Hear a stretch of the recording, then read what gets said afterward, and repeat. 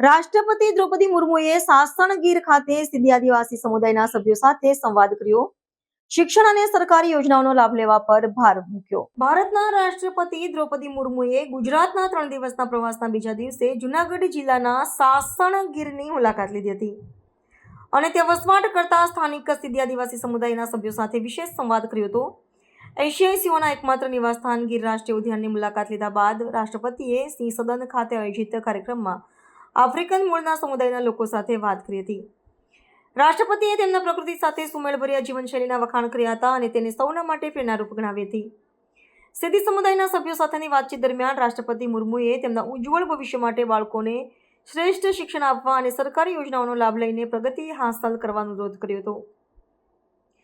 તેમણે જણાવ્યું હતું કે આદિવાસી સમુદાયો તેમની મૂળ સંસ્કૃતિ અને પરંપરાઓને જાળવી રાખીને વિકાસની ગતિમાં આગળ વધે તે આવશ્યક છે. આ તકે ઇકો ટુરિઝમ ગાઈડ તરીકે કાર્યરત એક સીધી મહિલા અને અન્ય સરકારી શિક્ષકે સમુદાયની પ્રગતિ અને સરકારી સહાયથી આવેલા સુધારા વિશે રાષ્ટ્રપતિને વિગતો આપી હતી.